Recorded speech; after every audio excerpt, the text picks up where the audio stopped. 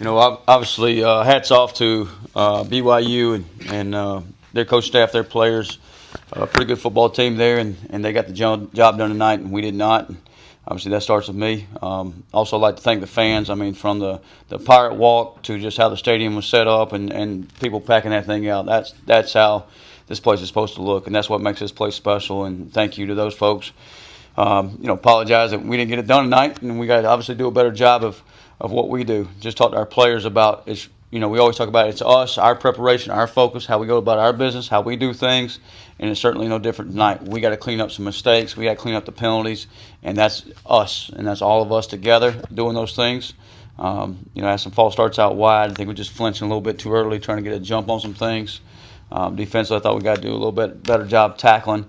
I thought we played pretty good defense in the first half, and then the second half just couldn't get him behind the sticks. And hats off to Bear, and he thought he did a good job as a freshman quarterback in there, make some throws, but it was hard to get him behind the sticks and really put him in a situation where he was uncomfortable. Going down in the first half, had the ball in the red zone, and had the turnover down there. It was an opportunity. I thought, at least you're going to tie the ball game up 6-6. The worst case scenario, and Caden was just trying to make a play. And I thought several of our mistakes came tonight from guys trying to make a play. And sometimes when you try to push too much or you try to make a play, you can make a mistake. And we got to do a better job of that. Just kind of relaxing, doing our 1/11th, doing our job, and let those things come to us as we do our job. So it cost us down there at least 3 points and could have tied the game up. And then we turn around and get a defensive stop. And they punt the football, and Kyler's been exceptional all year, and the ball kind of pops out as he gets hit, and gets punched back there inside the 2-yard line, 1-yard line, and then we have a run called there, and Case thinks he's got the RPO out wide and tries to pop it out there, and obviously they squat on him and did a good job disguising. They walk in the end zone, so just kind of a situation you could have went in a half, probably tied up 6-6, and they take a pretty good swing there going the other way. So. I thought all in all our guys kept fighting throughout the game. We obviously got a lot to clean up. We got we got to reset and reload all those things because now you're going into conference play in 5 days. You got an Army team coming in here who won the conference championship last year. Has a lot of players back from that team last year. So as much as you would like to, really focus and go back and check this out, we got to clean up the mistakes that we made. That starts with me. And then we got to get right back into Army and just talk to our guys about resetting their mind. Make sure I got my recovery going because tomorrow it's right back to work, and we can't have a day off this week because it's going to be a quick one. So this time I open up for questions. So it's just going back to that play off the goal line, like Anthony maybe wasn't anticipating the ball either. So was there any thought of going under center there? Yeah, it's under center. There's a few times we do that and just try to sneak that thing out or get some breathing room. Had a call there. Thought we could just do the same thing, have the same mindset of there as well. The mindset was to try to get some breathing room and second down, take a shot on the field because I did think Anthony got behind the receivers tonight. You got to do a better job catching the football, and even when things don't go our way, we got to make sure our mindset is keep going at it, keep working at it. I thought. Even though Caden had those 2 turnovers there, he kept going at it and he kept fighting all the way to the end, even the 4th quarter, scrambling around, making a play. And he's a fighter, and I think if we'll continue to do that, good things will happen for us down the road. But, when you don't make the best decision or some mistake goes that way, you always second-guess ourselves. But we got to be firm in what we do and just make better decisions and get it out of there. And I think there was just kind of a domino effect of the decisions we made there that kind of led to things not going our way right before the half. Coach, as far as Army I know it's not good when you only have a few days, but when you have a frustrating loss like tonight, is it good that you can go ahead and get your mind fresh and go ahead and get ready for Army? I always said that sometimes in the game of football, you got 7 days in between a game, and it can kind of linger around and really frustrate, and you can't go get that bad taste out of your mouth, whether in baseball. In baseball and basketball, you have a turn around the next night or 2 days later and you're playing, so you can get that bad taste out of your mouth pretty quick. This week we can get it out a little quicker with 5 days, and you ain't got time to sit around and lick your wounds, so to speak. You got to get right back to it and go at it. And our Army kind of had a tough one today too in overtime, so I'm sure they're feeling the same way as we are. But we got to get right back at it and get right back to work. And really, when I say get back to work, it's real focusing on us. I mean, we got a good Army opponent, but the focus got to be on us and our preparation, what we do, and clean up our mistakes so we can go win a game. You mentioned the penalties, obviously the false starts Yeah. are a momentum killer.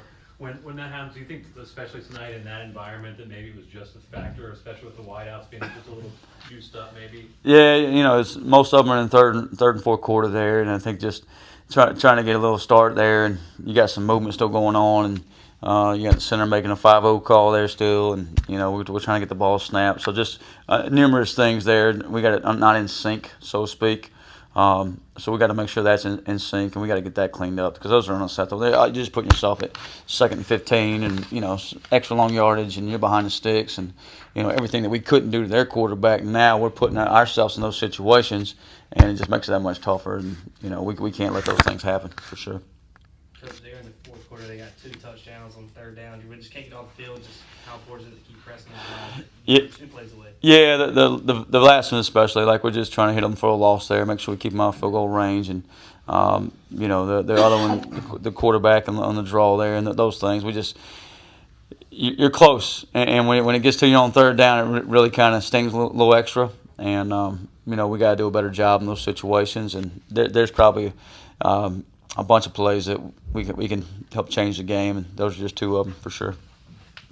Obviously, they had to have shown a ton offensively through the first 2 games. So did they do anything differently? What did you think of Bear in your first time? Yeah, I thought it's probably the first time all year they had to play a second half, really, to be honest. And he's a good quarterback, and the offensive coordinator does a nice job putting him in situations where he can make some easy throws.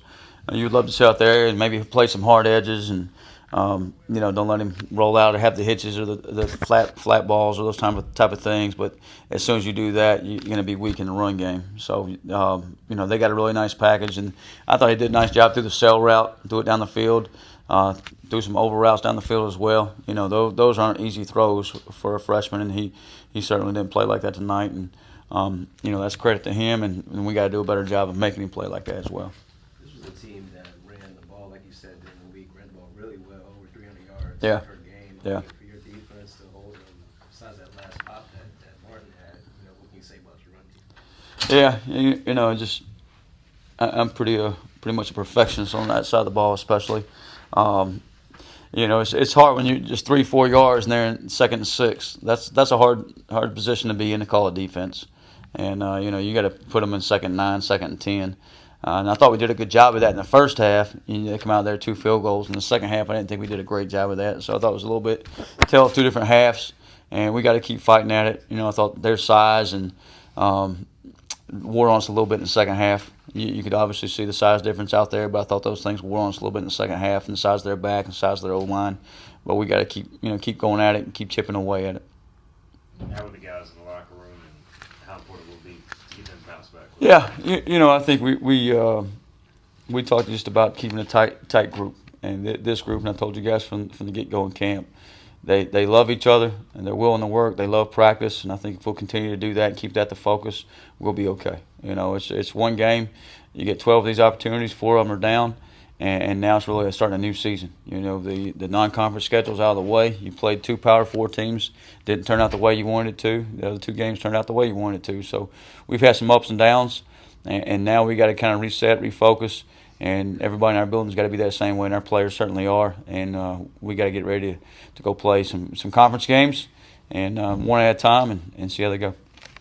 Coach, just losing Tegan early in that first Yeah. half, having to change Yeah. some stuff up. Just how old are Jonathan Jean and some of those other nickel guys that kind of just move all around tonight? Yeah, the guys that came in for Tegan was really Kamari McKinley and Ladarius Polk. Those guys kind of filled in for him. But Tegan is such a communicator back there, an older guy that kind of runs the defense. It kind of, they shift motion trade, which makes you communicate defensively, makes you adjust and react defensively. And Tegan's a guy that you have, kind of puts everybody at ease because they hear his voice and kind of gets us in the right checks and the right adjustments.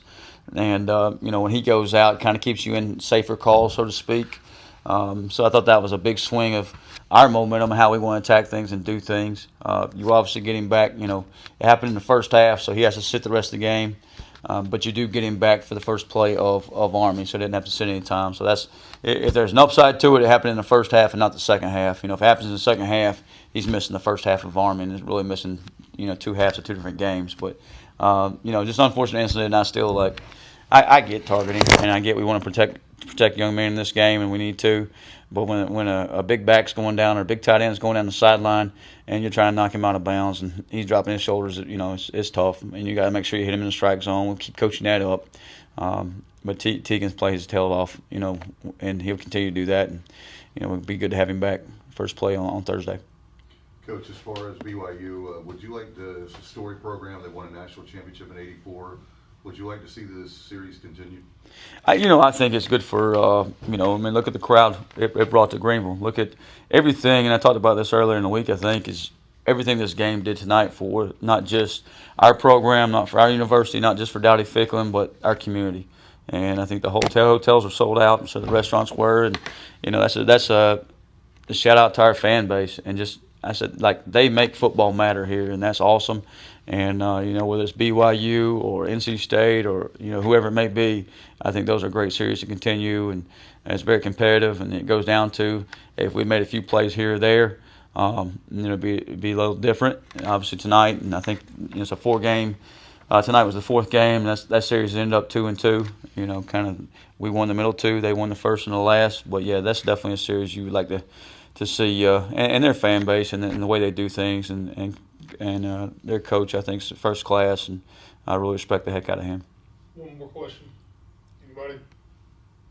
Okay, thank you, Coach. Yeah, appreciate you guys. Thanks for everything, and just really appreciate that fan base and all you guys do.